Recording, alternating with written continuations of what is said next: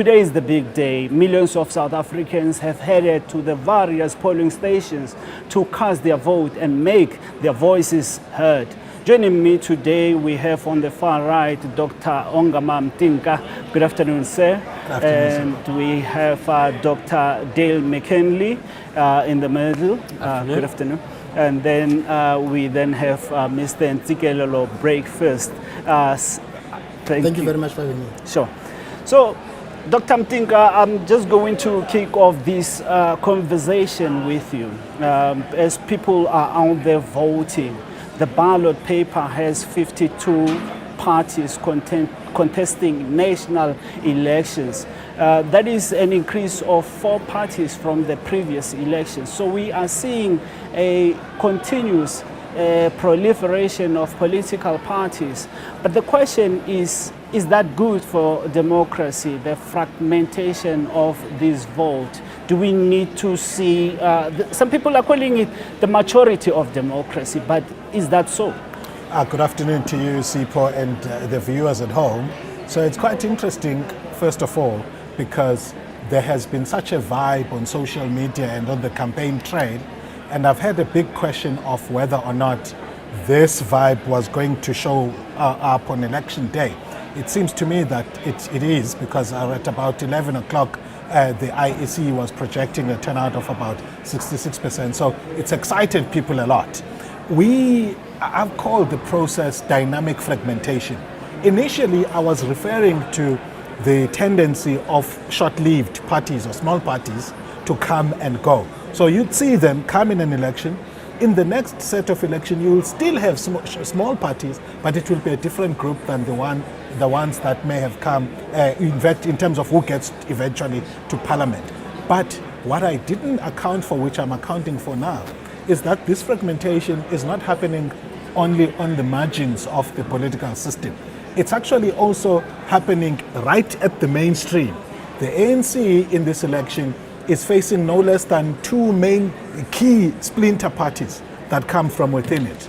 The Democratic Alliance is facing 2 and then 1 other that is associated with it. That is Rise Mzansi. Well, Rise Mzansi is associated, but you have BOSA, you have Action SA. So this dynamic fragmentation process is happening and is facing the leading parties. And lastly, this is by design in proportional representation systems. Yeah. They deliver this. The idea is that at any given time in the National Assembly, you have an aggregated preference of South Africans represented there. That's why we're not using first past the post, where you lose constituencies where you don't win. Rather, you have all your votes aggregated and you get represented in the National Assembly. I think it's the most representative for me. Yeah.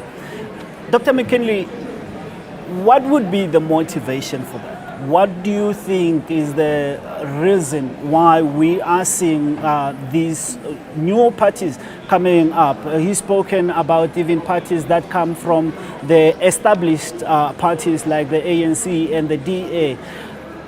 We have to ask, is this still about the politics? Is it still about serving the people? Is there something that we are missing? Well, I wouldn't say we're missing it. I would just say it's been underplayed, and I call it the commodification of politics. Essentially, what you have is over the last 30 years, and this is not specific and unique to South Africa, but the political realm has become it's become about material benefit. It's become about making a living. It's becoming about getting into positions of power and personal egos. The ethos of public service, the ethos of sacrifice, of you going into these because you're really working is I would argue a minority of people. So the plethora of parties, I think this fragmentation is correct in the sense of this hive offs. But if you actually look at a lot of the manifestos and everything else, they're shades of gray in many ways. And so you're wondering, people are asking themselves, well, why would you want to establish another? Well, I want to make a good salary. I want to get the tenders. I want to be having a network of patronage. And this has paralleled a politics of patronage in our society. We have become, whether it's, and this is particularly, you mentioned the 52 parties at the national, but look at the 200 at the provincial level. So if you really, that shows you at the local levels, this is really taking root. And politics has become a way of just like, a business. It's become a business as opposed to, and I think that is, it's not a particularly positive development, it's not a unique one, but I think it's accelerated in this election. Mr. Breakfast, what is your take? Well, I've got mixed feelings about the issue in question, because part of me thinks that the conception of political pluralism is all well and good, because it gives people a plethora of voices. So I think whether you're a Marxist or liberal, you would agree with me that in order to make a democracy to flourish, you need a multiplicity of views. But on the other hand, I think that we have a political environment that is fragmented, and that gives the ANC an upper hand, because what that does, it poses a lesser threat to the ANC. But also I agree with the Prof that the state machinery has been used by political parties as a center of accumulation to amass wealth in pursuit of personal accumulation. Yeah, but then where does that leave the voter? Because if it is about personal interest and if it's about survival, what should be the motivation for the voter to go out there and vote? If it is about their own survival, are we getting into an era where we now have to accept that it is about their survival and we have to, as the electorate, be satisfied with the crumbs? That's an interesting one. So I think there are a number of approaches to looking at it. One would be a cynical view of this phenomenon that looks at only the self-interest and then makes the conclusion. In fact, I found myself vacillating between it and some appreciation of the phenomenon as a democratic expression, where the cynical self in me says, this in fact is about the parties themselves. And then the protests, the spaces of politicking where citizens impose themselves are about the citizens. But a less cynical view advances the idea that, you see, in society, we have to view it as a system where it's neither the self-serving aspect nor the what we may call the true, aspect, which is a true representation. My argument is that politics has never been true. This is like a Machiavellian approach that would say, actually, politics throughout history is a make-believe business where people appear before elections as though they care, but as soon as they are in the representative in the assemblies, they get to be about themselves. That is why in the template of democracy, theories about the deep state, about state capture, have come. These theories that have been actually used to label countries in the global south did not emerge in the global south. They emerge in the US, the deep state, the idea that the representatives are about their funders and ultimately their own interests rather than the interests of the people. But I am a person who actually believes it's not all a hopeless situation. Once the representatives are there, the combination of social pressures and bottom-up imposition of the will of the people, even if it's not sovereign, may help to mediate between personal interests and public interests. So, and just on that point, Dr. Mckinley, does it mean perhaps we've seen polls predicting that the ANC might fall below the 50% mark? Now, on the back of what Dr. Mtimka is saying about self-interest, and you mentioned the very same point, is it perhaps in the interest of the South Africans, the citizens, that we may find ourselves in a position where we may have a coalition government? Do we need that perhaps to awaken the politicians to try and mitigate the situation where they, as much as it is about their self-interest, they need to realize that to remain in power, you still need to serve? Sure, so I think 2 points I want to make is that I would go beyond the issue of the word commodification means that something has been turned into a commodity, which is bought and sold. I'm saying politics is bought and sold. And so it's not just about me getting rich.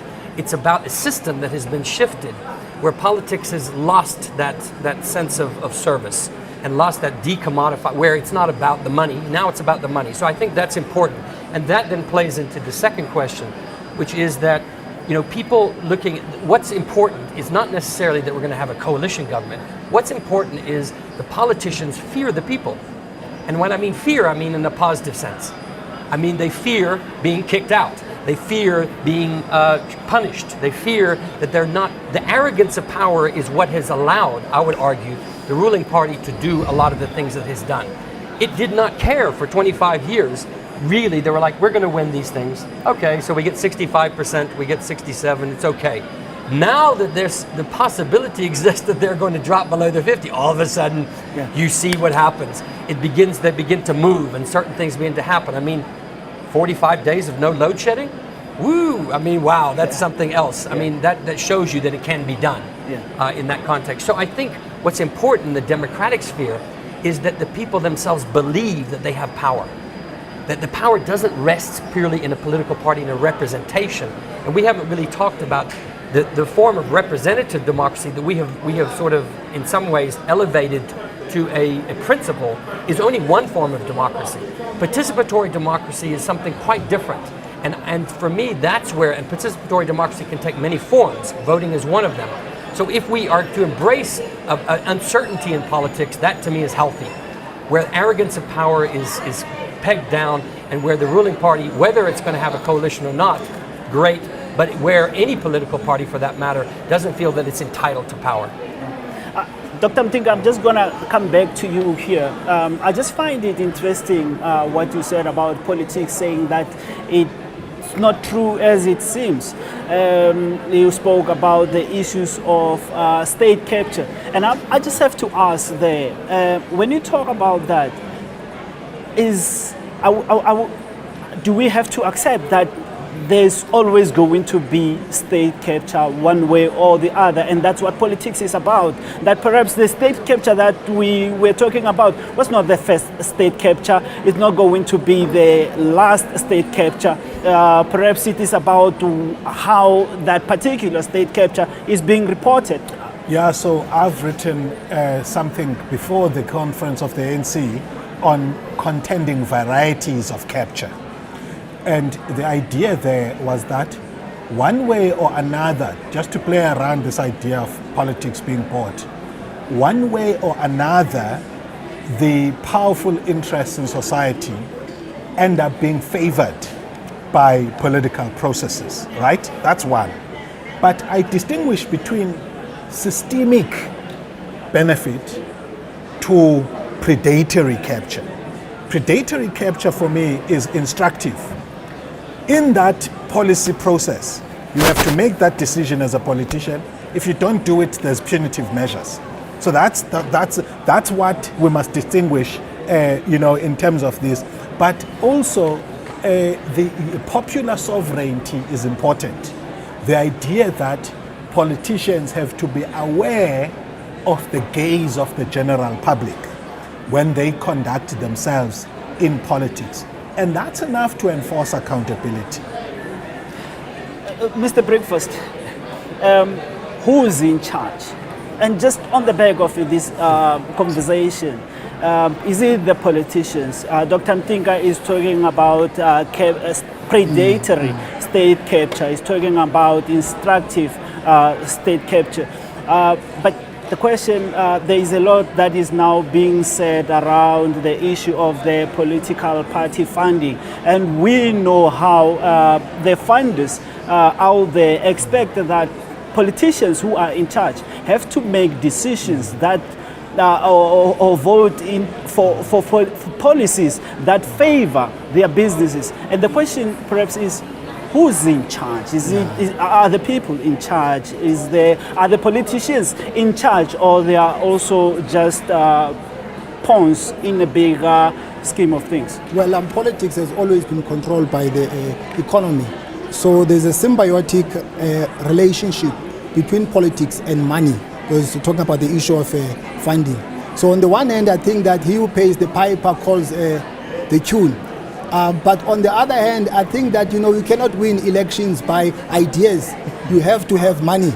I mean, if you want to fly to the Eastern Cape, to arrange for that, you need money. So you have to have money. So I think at the end of the day, I think power rests with the market forces. Yeah. What is your take, Dr. Mckinley? Capital. Listen, I mean, Yeah. if you think about the big debate in our society over the last 20 years, it's who owns this country? Who is calling the shots? Not just in the elections, but in terms of who's calling. And those, I think those who own most of the land, those who own most of the industries, those who own most of the capital, the liquid capital, generally in our capitalist world, not South Africa is not a unique situation, they're the ones that are the most influential. It doesn't mean they have everything their way, doesn't mean they can order people to do specific things that they want, but what it means is that they are the biggest person in the ring, essentially, and they are dominant in that sense, yes. So I think that is the real crucial point here, is that as long as if our politics and our political system is captured by capital, generally speaking, whatever form that capital takes, then the people themselves are left to pick up the scraps. And to shift that around takes the other forms of participatory democracy, which I was mentioning. And this is where you were mentioning about people voting. For people out in the streets, people doing things that are uncomfortable for others, making people feel uncomfortable in the political power. I think this is fundamental. And this is, in South Africa, this is what gives me hope, is that people just don't sit back and say, yes, okay, we'll accept things the way they are. They're actually it's going to be messy, it's going to be conflictual, but it's better to be that than people having no say at all and just basically being told what to do. Sure. Dr. Mtimka, I think you wanted to add something? Yeah, so it's interesting, this relationship of money and politics. Vladimir Putin gets to be a ploy by big business in Russia in 1999 in order for them to neutralize the communist candidate. I just forget his name. Zhuganov, yes. So he comes into power. Once he comes to power, guess who he goes against first? He calls someone's business and say, you stand out of my way, keep your money. You don't, then you're going to see. And indeed, so the point I'm making is that when we analyze who has the power, it's a question of evidence of relative autonomy.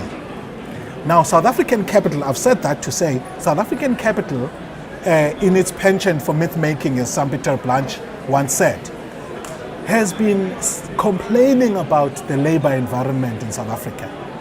From 1996, with the Basic Conditions of Employment Act, from Employment Equity Act, from Occupational Health and Safety Act, they no longer have what they have had throughout history, a free rein with labor. And in this time, they have been the ones who actually fund politicians. So the point I'm making is that there's a degree to which there's a symbiosis, if you like. It's not either. Power sometimes has got the form of being pro-capital, but when you analyze, it's actually more nuanced, it's more fluid.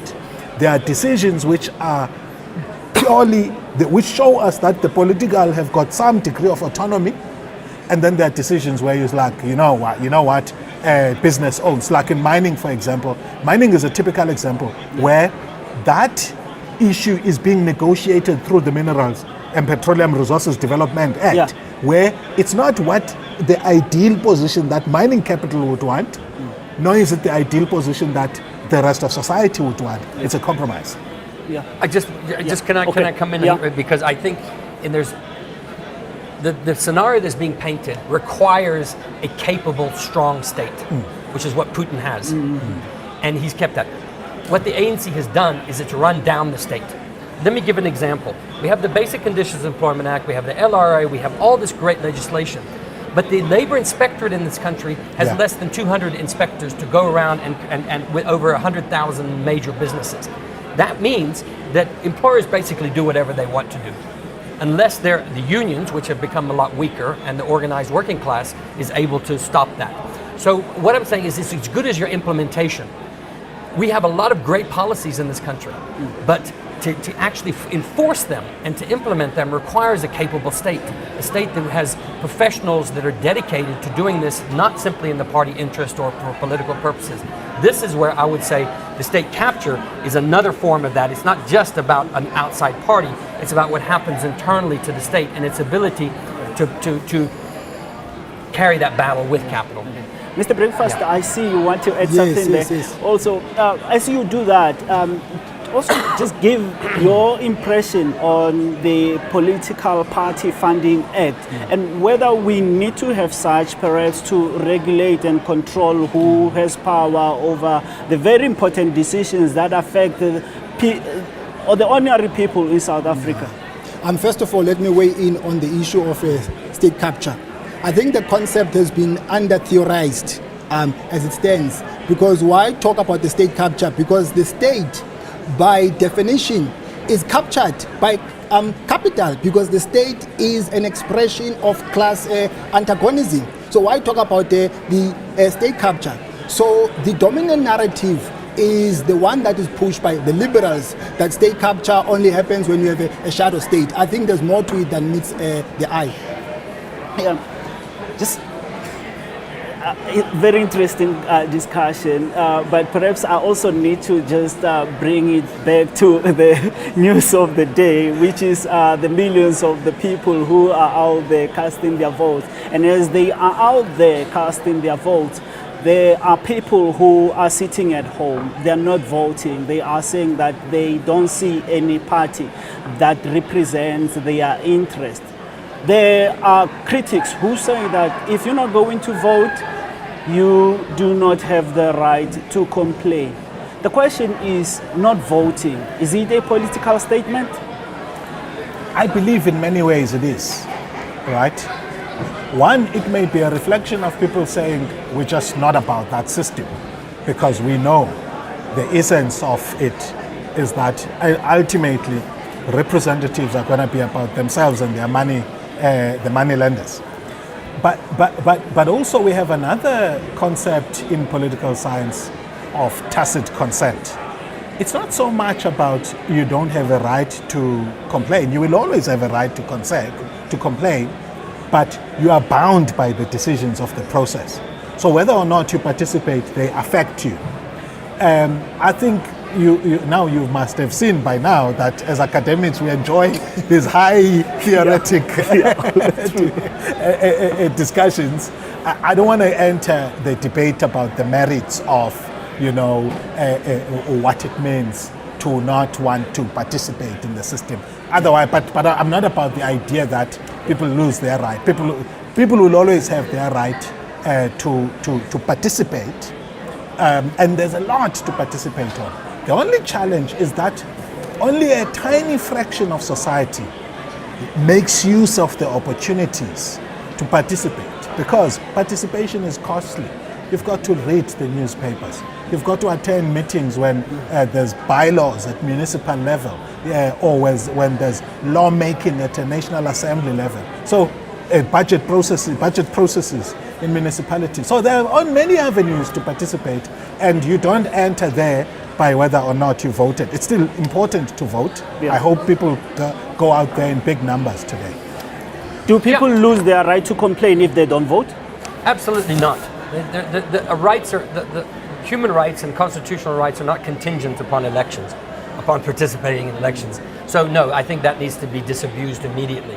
But I want to also because I also come from a background of involvement in movements, in mass movements and in struggles. So not just as from the academic intellectual side. And if one speaks to people on the ground from the last 30 years, the problem was that right from the beginning in the 1990s, those participatory spaces were closed down for people. I'll give you an example in Johannesburg, where I'm from. People wanted to go to the IDP processes. They wanted to participate, and they were told if they were anti-ANC, they couldn't come in, and they would be kicked out. So what you had is you had a constructed participatory spaces, only for those who had particular views and were particular kind of politics. Those who were dissenters, those who were anti-system were left out. And therefore they then say, okay, well, your participation doesn't include me. I'm therefore not going to participate in those things, including elections. I'm going to be out on the street, or I'm going to do something different. So in some ways, it's not just a personal choice or something, it's a structural reality where people have been left out of a system and they feel left out. They feel they can't trust the people, and so they want to create parallel. We have historical precedents for this in this country. During the apartheid years, people went outside the state, even though it was a racial state, and began to generate people's power around a range of different things, including running communities, law enforcement, all sorts of things. I am saying that if we get to a point where people don't believe in the system anymore, this is what will happen. Yeah. Mr. Breakfast, one conversation that we are not going to run away from is the issue of the coalitions. Yes. We know very well that with these predictions, the ANC could end up being in a coalition government. But the question is, are we perhaps making a big deal out of this? Do you think the ANC is losing any sleep out of this? Because say they get 47%. Wouldn't they just negotiate with smaller parties? And this is on the back of the conversation that we were having just now about the self-interest. They would just go to the smaller parties who would not have otherwise made it to being in government, and just form coalitions with those smaller parties. And it wouldn't be much of a big problem because they would be somehow, they would benefit somehow out of those. Well, first of all, I think quite clearly one-party dominance is a thing of the past, and the hegemony of the ANC has been dealt with a blow of late. If you examine at close range, the electoral decline of the ANC started in 2016, where they lost a lot of metropolitan municipalities.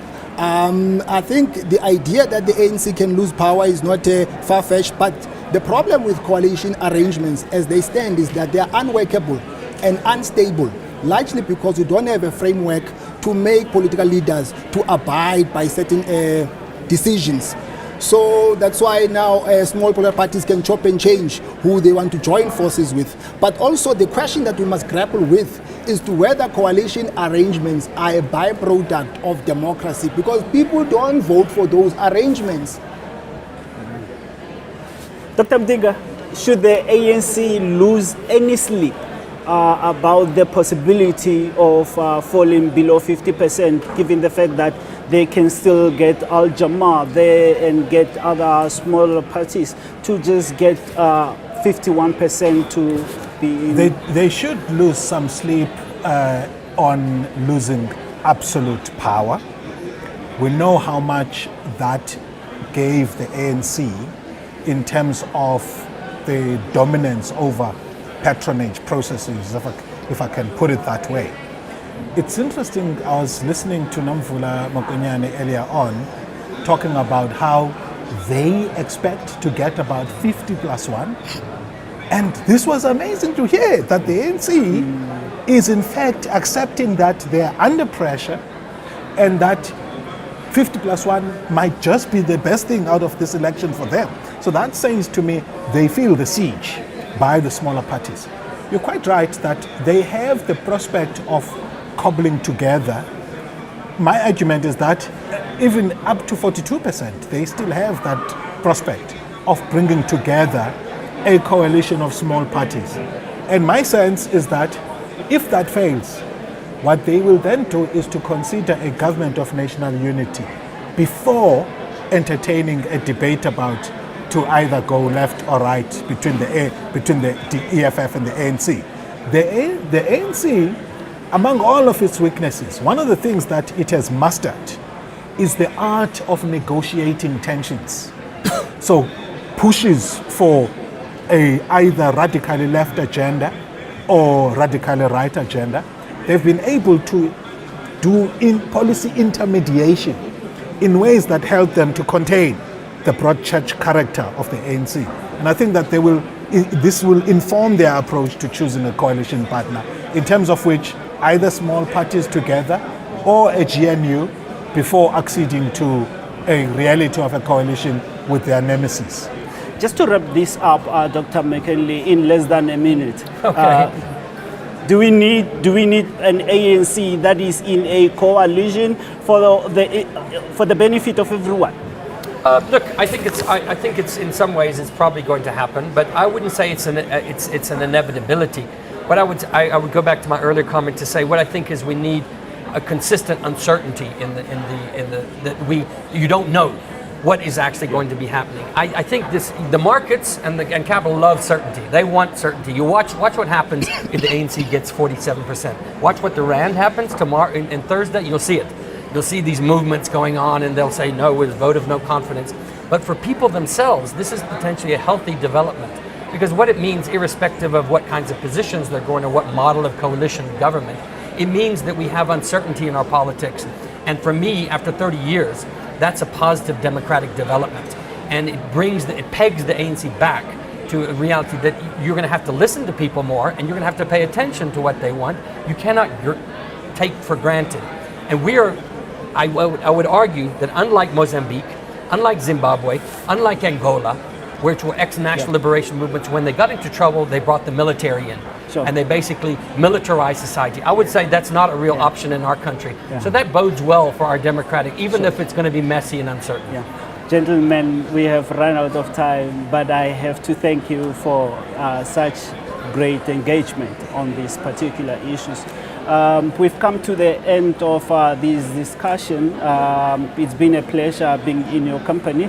Please stay tuned to SABC Plus on the app or sabcplus.com on the internet to continue to get this live coverage of the 2024 elections. We are expecting that the IEC will be giving a media briefing on the progress of the voting that continues, and it's expected to continue up until 9 p.m. this evening. My name is Sipho Kekana, and it's been a pleasure being in your company.